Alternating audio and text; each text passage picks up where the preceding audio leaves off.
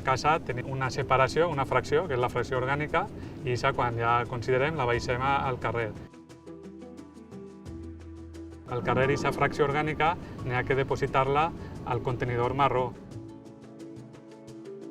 El camió quan fa la seva ruta i està ple, ve així a la planta de tractament de residus de Los Hornillos, que gestiona l'Entre, i en aquesta planta es buida en un fosso diferenciat d'altres tipus de residus que arriben així, com és el contenidor gris.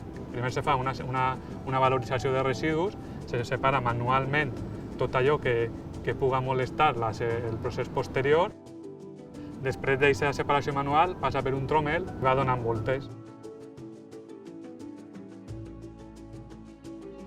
Tot el que ha passat per forats va als túnels de compostatge. Per el camí n'hi ha una separació també magnètica per si s'han colat llandes o tapons o qualsevol cosa metàl·lica. En els túnels de compostatge la matèria orgànica està 15 dies. Després dels 15 dies es buida el túnel i passa a la maduració.